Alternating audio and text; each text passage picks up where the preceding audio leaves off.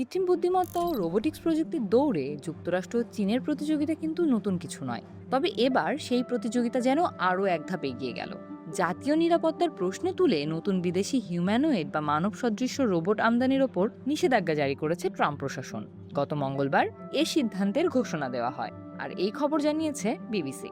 নতুন এই বিধিনিষেধের আওতায় রয়েছে উন্নত মানের বিভিন্ন ধরনের রোবট। এর মধ্যে যেমন ২ পায়ে চলতে সক্ষম হিউম্যানয়েড রোবট রয়েছে, তেমনি ৪ পায়ে চলা যন্ত্রও রয়েছে। এসব রোবটের একটি বড় অংশ আবার তৈরি হয় চীনে।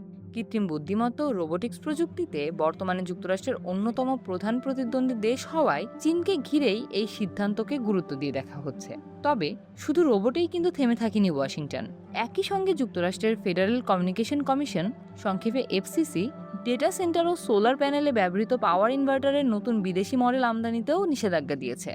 তাদের দাবি, এসব ডিভাইস নাকি মার্কিন অর্থনীতির জন্য সম্ভাব্য নিরাপত্তা ঝুঁকি তৈরি করতে পারে।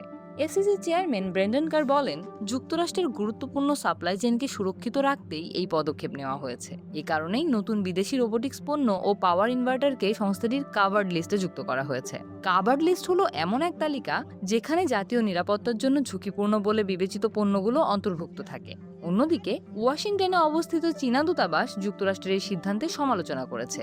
তাদের বক্তব্য, কোনো যৌক্তিক কারণ ছাড়াই বাণিজ্য ও নিষেধাজ্ঞার বিষয়কে রাজনৈতিক ইস্যুতে পরিণত করার যে মার্কিন নীতি, বেইজিং দীর্ঘদিন ধরে তার বিরোধিতা করে আসছে। তবে নতুন এই সিদ্ধান্তে একটি গুরুত্বপূর্ণ ব্যতিক্রম রাখা হয়েছে। সিদ্ধান্তটি কেবল নতুন বিদেশি মডেলের ক্ষেত্রে কার্যকর হবে। যেসব মডেলের আগে থেকেই এফসিসির অনুমোদন পেয়েছে, সেগুলোর আমদানি বা বিক্রয়ের ওপর কোনো নিষেধাজ্ঞা থাকছে না।